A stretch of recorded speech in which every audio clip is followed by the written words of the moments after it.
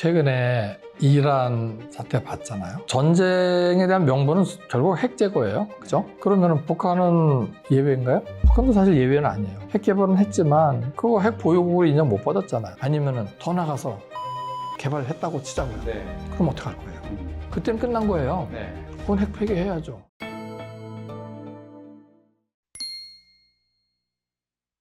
최근에 보면은 김정은이 뭐 이런 민생 분야 챙기는 것처럼 하지만 역시 핵에 계속 집착을 하는 것 같아요. 며칠 전에도 보니까 새로 그 고농축 우라늄 핵시설 방문하고 이런 게 있는데 헌법에까지 이제 핵 사용권을 명시했습니다. 최근에 헌법 개정하면서 89조 보니까 이런 내용이 있습니다. 핵무력에 대한 지휘권은 국무위원장에게 있다. 뭐 이것까지는 오케이인데 핵 사용권을 또 위임할 수 있다 이렇게 해가지고 아마 이런 취지인 것 같아요. 나 죽거나 뭐 저기 이란이나 베네수엘라처럼 문제 생기면 누가 나 대신하는 사람이 야 너 죽고 나 죽자 하고 눌러 뭐 이런 식으로 해놓은 것 같은데 이거 정말 어떻게 봐야 됩니까? 최근에 이란 사태 봤잖아요. 네. 전쟁에 대한 명분은 결국 핵 제거예요. 그죠? 그러면 북한은 예외인가요? 북한도 사실 예외는 아니에요. 핵 개발은 했지만 그거 핵 보유국으로 인정 못 받았잖아요. 그렇죠. 핵 보유를 한다라면은 믿을 만한 사람이 보유한다라면 그건 인정받을 수 있어요. 근데 믿을 만한 사람이 아니잖아요. 믿을 만한 짓을 안 했고 그리고 그런 체계를 갖추지도 않았고 네. 국제사회의 그런 어떤 신뢰를 얻지 못했기 때문에 핵 보유국으로 인정 절대 못 해줘요. 그러면 결국 어떻게 됩니까? 뭐 지금 시기적으로는 아닐 수도 있지만은 언젠가는 북한도 그런 그 핵에 대한 어떤 그 리스크를 갖고 가는 거예요. 근데 지금 잘못 생각하고 있는 게 뭐냐면은 지금 북한은 핵 보유국이어서 남한의 이제 이 군사적으로 이제 우위다라고 생각할 수도 있어요. 근데 아니 남한이 바보입니까? 남한의 어떤 그 재래식 무기가 북한을 몇 배를 압도하고 있는데 네. 그 핵 가지고 있다고 해가지고 우위가 될 수 있나요? 거기에 더해서 남한이 만약에 핵에 대응할 수 있는 무기라든가 아니면은 더 나가서 남한도 핵 개발했다고 치자고요. 네. 그럼 어떡할 거예요? 자기네들이 핵 개발한 거 그거 유효합니까? 그때는 끝난 거예요. 네. 우리도 갖고 있고 지들도 갖고 있다라면은 그건 핵 폐기해야죠. 최근에 뭐 북한 핵 관련해 가지고 핵 있으니까 뭐 든든할 거다 이렇게 얘기하시는 분들도 있지만 가지고 있는 김정은 입장에서는 야 이건 뭐 무슨 뭐에 쓰는 물건이냐 이거 푸틴 형님이나 트럼프 형님도 이란 전쟁이나 우크라이나 전 때문에 고생하면서 써보지도 못하고 지금 그냥 장식용으로 이렇게 놔두고 있는데 야 이거 어떤 거냐 이런 생각 할 거고 또 뭐 그런 생각도 할 겁니다. 소련도 핵 몇만 개 갖고 있었는데 경제 문제로 무너지는 이런 부분들도 있었습니다. 사실 김정은 입장에서는 뭐 주민들한테는 핵이 있으니까 걱정 마라 이런 식으로 얘기하고 있는데 최근 열린 미중 정상회담에서 트럼프, 시진핑 둘 다 북한 비핵화, 북한 핵은 용납하기 어렵다 이런 원칙에 또 동의를 했거든요. 김정은 입장에서는 이런 부분이 점점점 압박감을 느낄 수 있는 이런 방향으로 갈 것 같습니다. 그렇죠. 핵을 개발하고 어느 정도 이제 예를 들면은 네. 하노이 회담 할 때라든가 그 시즌에 핵 합의를 만약에 했다라면은 네. 아마 최고의 그 조건으로 협상 조건으로 핵을 활용할 수 있었을지도 몰라요. 네. 근데 제가 볼 때는 타이밍을 놓쳤어요. 제가 볼 때는. 이제 더 이상 뭐 너네 핵 보유한 거 인정해 줄 테니까 우리가 뭐 경제 지원해 줄게 이런 딜이 될까? 그거는 이제 기회가 왔을 때 포착을 해야 되는 게 저는 맞다고 보는데 네. 자, 그럼 더 나가서 아까 다시 말씀드리지만은 주변국들이 핵 도미노가 불가피하게 일어났다고 보자고요. 네. 뭐 그렇게 뭐 중동 지역에서 전쟁이 저렇게 쉽게 나고 일어날 정도가 된다라면은 네. 북한의 핵은 없다가 얘기할 수 있는 거리가 못 돼요. 그러면은 북한의 핵은 유효기간이 있다는 거죠. 유효기간이. 그러면 이제 대표님께서는 결국은 북한이 핵을 포기하고 새로운 방향으로 전환이 돼야 된다 이렇게 보시는 것 같은데 핵을 포기하고 경제 개혁 개방 이런 쪽으로 나갈 수 있는 어떤 노선 변화 이런 것들을 어떻게 좀 가져갈 수 있을까요? 북한 뭐 사회주의 국가가 시장 경제를 받아들여가지고 성공한 케이스가 많이 있잖아요. 지금 주변에 많이 있으니까 그런 거 좀 공부해서 북한도 나름대로의 물론 이제 핵까지 가지고 있으니까 더 쉬울 수도 있어요. 그렇다면 그걸 잘 시기적으로 활용해가지고 경제 개혁 내지는 경제 개방을 한다라면은 북한에 지금 뭐 때 맞춰서 관광단지도 잘 조성했고 네. 또 나름대로 또 평양이라는 도시 잘 꾸며놨으니까 네. 그걸 사실상 기반으로 삼아서 경제 성장을 이룬다라면은 네. 남한 입장에서도 사실상 통일을 하는 데 대한 큰 부담이 없고 또 남한에서 또 굉장히 또 많은 또 경제 협력을 또 해줄 수도 있을 거 네. 아닙니까? 아마 그게 더 사실 북한의 지금 뭐 최고 존엄이라고는 하지만 그 존엄이 더 높아지고 더 존경받는 존엄이 되지 않을까. 저는 그렇게 생각이 들어요. 지금은 얼마나 많은 스트레스를 받겠어요. 뭐 갑자기 뭐 와가지고 체포되지는 않을까, 아니 폭격받지는 않을까. 딸도 있고 부인도 있고 아직 나이도 젊은데 좀 압박감이 심할 것 같은데. 새로운 장을 한번. 그러니까 이제는 그 핵 개발 이런 거에 의한 그 국가 운영을 하지 말고 이제 한번 좀 패턴을 좀 바꿔보는 것도 방법일 것 같아요. 아마 지금도 그 군부들의 그 눈치를 보고 있는지는 모르겠습니다만은 그게 아니라면은 그냥 과감하게 한번 던져보는 것도 방법일 것 같아요. 대표님께서는 이제 건축학을 전공하시고 또 건축사로서 또 삼성물산에서 이제 일을 해오셨고 지금은 이제 대한건축학회에서 통일건축산업위원회라고 사실 북한 관련한 건축 연구하시는데 기본적으로 북한의 건축, 북한이 만약에 개혁개방의 길로 나온다면 어떤 부분을 좀 우리가 줄 수 있고 또 어떤 협력이 가능할지 그런 부분 좀 말씀해 주십시오.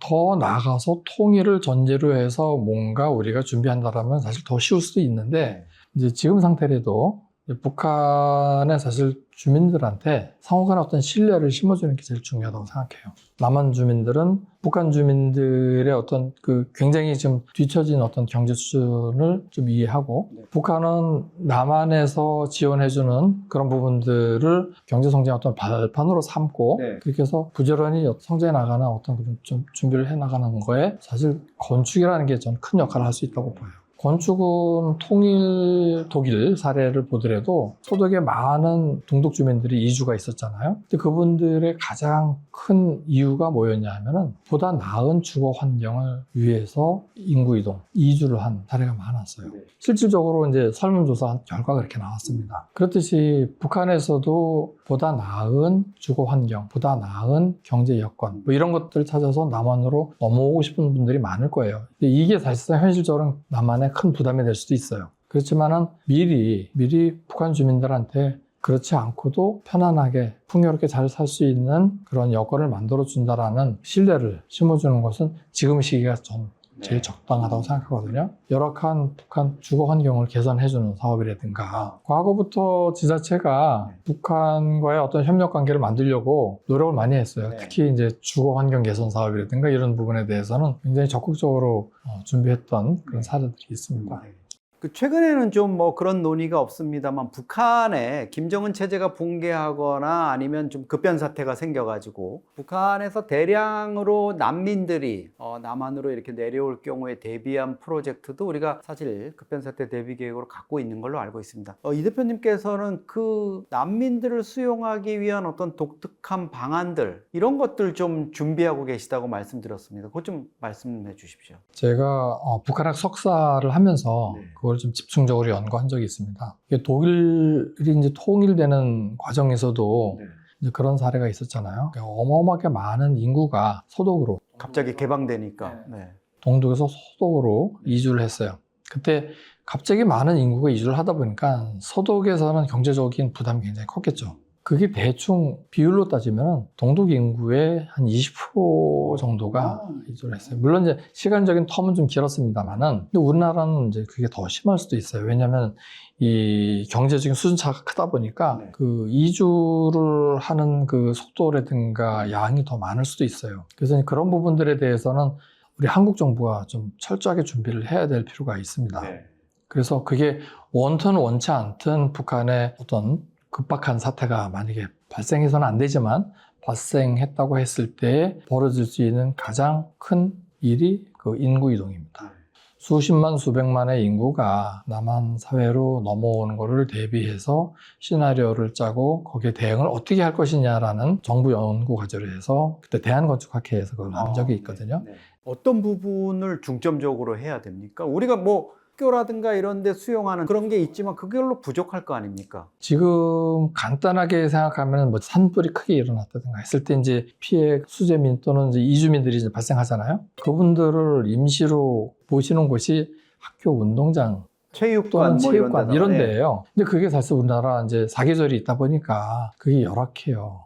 아, 그러겠네. 여름이나 이런 때는 쉽지가 또- 않습니다. 더군다나 만약에 북한에서 주민들이 만약에 넘어오신다라면은 그분들은 사실상 우리 헌법상 우리 예비 국민이에요, 사실상. 네. 그러다 보면은 거의 적정한 대우를 해드려야 되는 부분도 있어요. 그렇기 때문에 뭐 텐트라든가 뭐 학교 체육관이라든가 이런 부분들로 그걸 소화한다는 것은 역부족이고 또 안 맞아요. 그래서 몇 년 동안 거처할 수 있는 그 공간을 제공해주는 일이 필요한데 그 공간을 제공하는 게 물론 비용도 들지만 굉장한 기술이 또 들어가야 되는 부분들도 있어요. 왜냐면 빠른 시간 내에 제공해야 되고 또 그 지역이 그냥 뭐 광활한 그냥 뭐 사막 같은 데다 이렇게 해주는 게 아니에요. 뭐 저쪽에 뭐 시리아나 이런 데 난민 수용하듯이 그렇게 하는 게 아니기 때문에 그분들이 또 넘어와서 어느 기간이 될지 모르지만 교육도 받아야 되고요. 또 문화생활도 해야 되고요. 또 운동도 해야 되고 우리 국민들이 누릴 수 있는 최소한의 그 행동들을 네.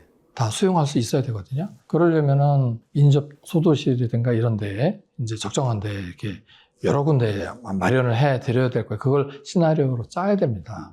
짜야 되고 기반 시설도 어느 정도 해놔야 되고 그렇기 때문에 이제 그런 데 들어가는 그 공법이라든가 이런 부분들을 저희는 이제 뭐 모듈러라든가 아, 모듈러 주택으로 해결하시려고. 요새 이제 우리나라도 불가피하게 이제 모듈러 주택을 이제 많이 공급하려고 정부가 애를 쓰고 있어요. 네. 왜냐하면 그 현장에 이제 우리나라 근로자들이 자꾸만 줄고 해외 근로자들은 또 우리하고 소통이 안 되고 또 품질 문제가 생기고 또 이제 그런 여러 가지 안 좋은 여건으로 자꾸 다다르고 있으니까 공장에서 만들어서 현장에서는 쉽게 조립할 수 있는 네. 공법이 이제 모듈러 간단한 그 매뉴얼만 보고도 이렇게 몇 사람이 조립할 수 있을 이제 정도. 그러한 이제 공법을 통해서 북한 주민들한테도 이제 숙식을 제공할 수 있다라면은 이제 그것도 사실상 연구를 더 해야 됩니다. 네. 그게 사실 우리나라의 이제 한반도라는 그 운명적인 숙명적인 그 특성이라고 볼 수가 있어요. 우리가 서로 남남이고 니들 서로 다른 국가로 규정한다고 하더라도 우리 한반도에 생활하는 것은 변치 않거든요. 북에 어떤 사태가 벌어졌을 때 발생할 수 있는 어떤 문제를 예측한다는 것은 그 중에 하나가 인구 이동이라고 한다면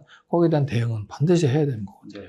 북한 난민 유입 이런 부분에 대해서 뭐 모듈러 주택을 통한 어떤 수용 이런 계획까지도 갖고 계시다 이런 말씀을 들었습니다. 나름 우리 건축, 건설 분야에서도 북한과의 교류 또 통일에 대비한 다양한 방안들이 검토되고 있지 않나 이런 생각이 듭니다. 자, 그동안 뭐 저희 채널 구독자분들 위해서 좋은 말씀 해주셨는데 끝으로 소감 한 말씀 부탁드리겠습니다. 오늘 이렇게 좋은 자리에 저를 초대해 주셔서 감사드리고요. 우리 이용정 박사님이죠.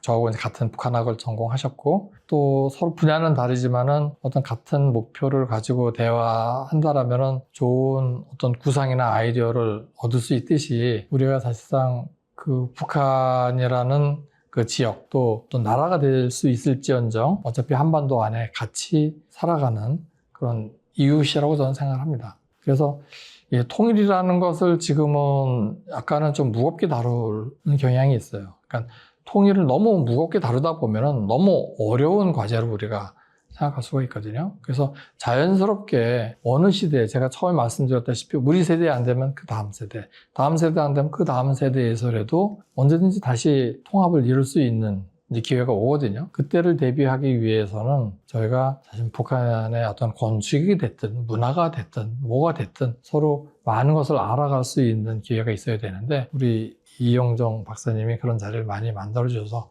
감사하고요. 또 건축가로서의 어떤 작지만 역할을 하고 있는 저를 또 초대해 주셔서 감사합니다. 네, 이종석 대표님 모시고 북한 건축 또 북한 내부가 당면한 여러 가지 문제들에 대해서 말씀을 들어봤습니다. 감사합니다. 감사합니다. 제가 소름 돋았던 게 뭐냐면은 병원을 짓는 과정에서도 계속 협업을 해나가기 때문에 그냥 200일 안에 짓는다는 건 말도 안 되는 거예요. 근데 어느 날 갑자기 저한테 모 기관에서 연락이 왔어요. 저거 진짜 병원 지어질 수 있냐고. 나는 그랬어요. 아주 심플하게 병원 지어질 수 있다. 그렇지만 병원이다. 그래서 야, 이거 병원 하나로 또 최고 지도자의 가오가 망가지겠구나.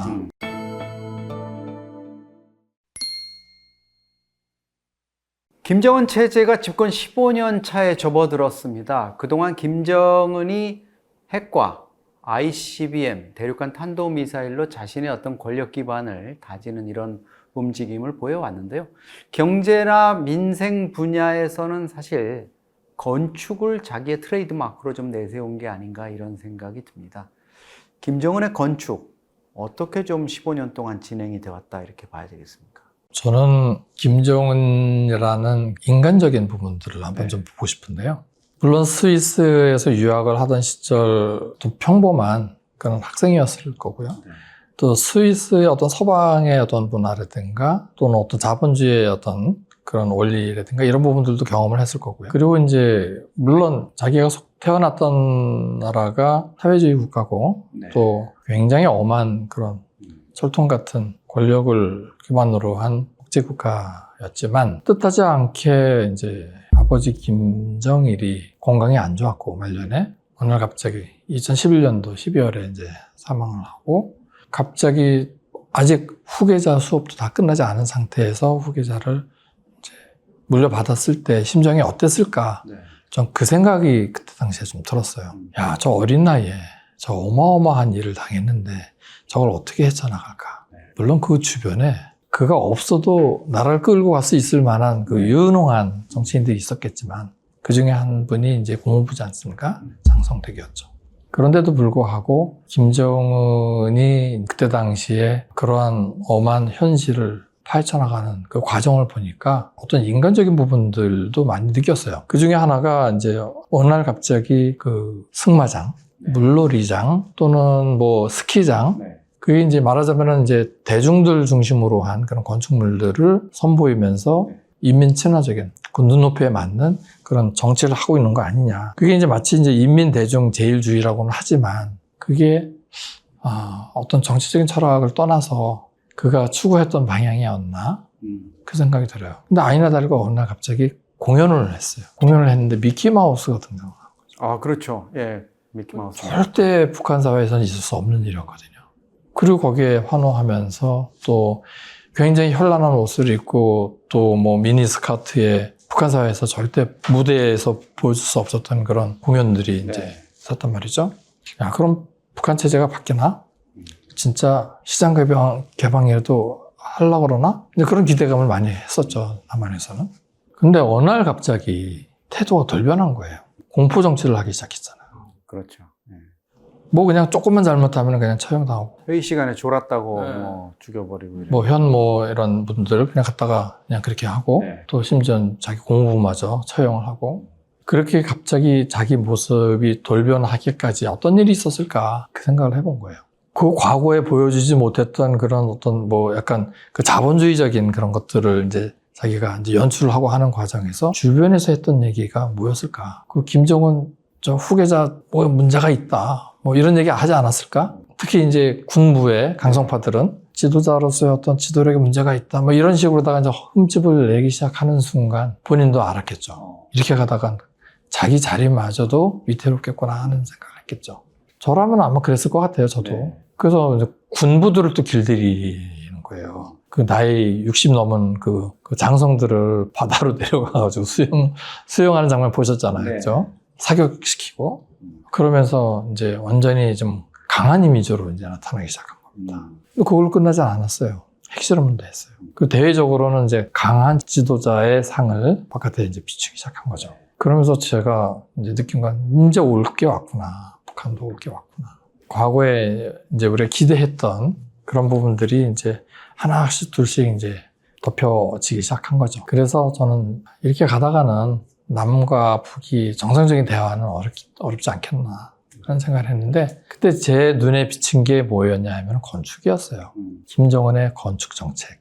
과거에는 이제 주민 친화적인 거를 했는데 이제 좀 정책에 가까운 그런 아주 의도적인 그런 건축물들을 이제 많이 하기 시작했는데 아마 정점에 있었던 게 제가 보기에는 평양종합병원이 아니었을까. 평양종합병원은 나름 그때 코로나 시기였지 않습니까? 애민 정치를 하기 위한 그런 건축물이라고 저는 생각을 했어요. 저 사람이 이 엄중한 시기에 종합병원을 평양에 세움으로써 인민들을 보호하기 위한 정책을 쓰는구나. 평양종합병원 첫 섭득이 하면서 네. 그때 아마 저한테 보내주신 자료도 제가 그때 잘 봤었어요. 근데 그때 느낀 거는 김정은이는 애민 정치를 또 하려는가 보다. 네. 기대를 많이 했죠. 근데 200일이라는 날짜가 이제 마음에 걸리긴 했지만 그 건설, 그 돌격대를 비롯한 건설 인력들이 얼마나 고생을 했을까. 근데 제가 소름 돋았던 게 뭐냐면은 평양종합병원의 시설을 제가 이제 그렸어요. 한번 저도. 그려보면서 이게 우리나라 어느 정도 규모가 될까라는 걸 제가 역으로 그 조감도 나온 거 보고 역설계를 뭔가 해봤어요. 하셨군요. 역설계를 해봤는데 그게 우리나라에서 가장 큰 병원. 그게 아산병원이죠. 한 3,000병상 정도 되는 겁니까? 그 정도 크기로 딱 지어진 거예요. 놀랐어요. 그러면 평양에 그 정도 짓는 거는 엄청 큰 규모로 짓는 건데요. 그 수요에 비하면. 여기서 얘기하고 싶은 게 뭐냐 하면은 봐라, 나는 남조선에 가장 크고 좋은 병원하고 그보다 좋은 병원을 난 짓고 있다. 네. 난 그걸 이민들한테 난 제공할 것이다. 이 메시지인 거예요. 또 105층 호텔 꼴라는 거 아닙니까? 그렇게 남만 의식해가지고 뭔가 막 크게 짓다가. 그래서 제가 유심히 봤어요. 그게 걱정이 돼가지고. 근데 저는 사실 병원 전문가는 아니에요. 네. 근데 병원 전문가들한테 자문을 구해보니까 병원을 건축하려면은 병원을 설계하기 몇 년 전부터 계획을 해야 돼요. 기획을 해야 돼요. 그냥 일반 빌딩, 건물 짓는 거랑은 또 차원이 다르군요. 그러니까 연구도 해야 되고, 연구자도 들어가야 되고요. 의사도 5만 가지 의사가 다 참여를 해야 되고, 건설자, 설계자들을 해가지고 계속 협업을 해 나가면서 설계만 몇 년을 해야 돼요, 사실상. 그 정도 규모면. 그게 병동 결합하는 거랑 동선이랑 이런 게 되게 중요하다. 그럼요. 그러니까 병원이라는 것은 건물만 짓는다고 되는 게 아니라 네. 병원의 기능을 하기 위한 장비와 설비와 이런 것들이 다 맞물려야 돼요. 병원을 운영하기 위한 또 설비가 또 있어요. 병원 운영을 하기 위한. 네. 뭐 엑셀을 딱 찍으면 그게 바로 어디로 가서 의사가 그걸 판독을 해가지고 어떻게 해가지고 또 처방까지 나가는 그런 그 시스템이 갖춰져 있어야 되는데 그런 것들을 하기 위해서는 몇 년이 걸려요. 그리고 병원을 짓는 과정에서도 계속 협업을 해나가기 때문에 그냥 200일 안에 짓는다는 건 말도 안 되는 거예요. 근데 어느 날 갑자기 저한테 모 기관에서 연락이 왔어요. 저거 진짜 병원 지어질 수 있냐고. 나는 그랬어요. 아주 심플하게 병원 지어질 수 있다. 그렇지만 요양병원이다. 요양병원이요? 네. 요양병원은 침대만 갖다 놓으면 돼요. 침대만 갖다 놓고 그냥 적당히 이렇게 케어를 하는 거죠. 그죠? 3,000베드 침대만 갖다 놓으면은 네. 병원은 될 수 있어요. 뭐 이런 시리어스한 의료 이런 게 필요가 없으니까. 종합병원이라는 것은 아까 말씀드린 대로 굉장한 정교한 시스템이 거기 설계부터 시공에 포함이 돼야 되는데 그래서 걱정이 되는 거죠. 그때가 어느 시기입니까? 김정은이 2019년 2월 달에 하노이 정상회담에서 실패하고 완전히 잠수를 탔던 시기거든요. 본인으로서는 정치적인 위기의식이 굉장히 심했던 시기였어요. 근데 병원까지 그렇게 돼봐. 뭐가 되겠어요? 2020년도인데. 그래서 이거 병원 하나로 또 최고 지도자의 가오가 망가지겠구나. 전 직감을 했어요. 근데 그게 10월 15일 날 노동당 창건 기념일 날 행사를 밤에 했잖아요. 그때 눈물 흘리는 거 보셨죠? 그래서 제가 느꼈던 게 그거예요. 병원이 개원했다는 얘기는 안 들렸어요.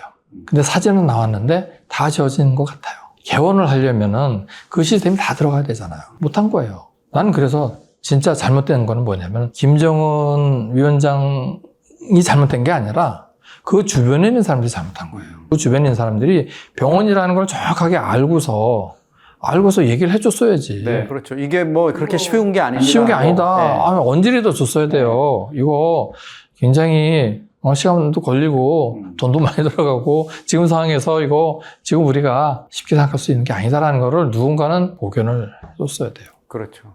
근데 내가 볼 땐 그거를 무서우니까 못했을 수도 있어요. 그렇죠. 거기서 또 했다가는 그렇죠. 총 맞는 거 네가 나를 가르치려드냐 이러면서 또 벌컥하면은 충분히 있을 수 있는 얘기예요. 네. 예, 있을 수 있는 얘기인데 그래도 최고 지도자의 북한에서 하는 말 있잖아요. 최고 지도자를 호칭하는 거. 최고 존엄이죠. 그래서 저는 이제 그 이후로 작년에 이제 아마 몇 년 지났습니까? 2020년부터 해가지고 5년 걸렸어요. 5년 동안 이제 뒷마무리 했던 것 같아요. 네. 그리고 이제 개원을 했는데, 뭐 개원도 이렇게 썩 나이스하진 않았던 것 같은데, 그래도 개원을 했는데, 저는 2020년 그 12월 15일 이후로 그 최고 지도자가 생각했던 그것을 건축이 그걸 따라주지 못했을 때 발생할 수 있는 그 데미지, 그거 꼭 생각해라. 건축 쉬운 거 아니다. 전 그 얘기를 해주고 싶었어요. 만회해야 되잖아요. 그렇죠. 뭘로 만회했을까요? 평양 5만 세대. 그 직후에 나온 게 평양 5만 세대로 만회했습니다.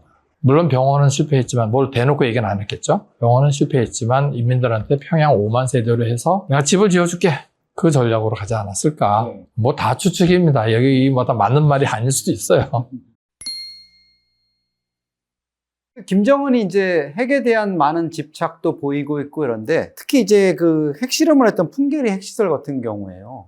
거기에 뭐 건축적으로 이렇게 완전하게 설비적으로 이렇게 제대로 돼 있지 않아가지고 뭐 균열이 생겼다. 또 제대로 봉인이 되지 않았다. 이래서 뭐 유출이 되고 있다. 이런 얘기들도 있는데, 그거는 좀 어떻게 봐야 될까요?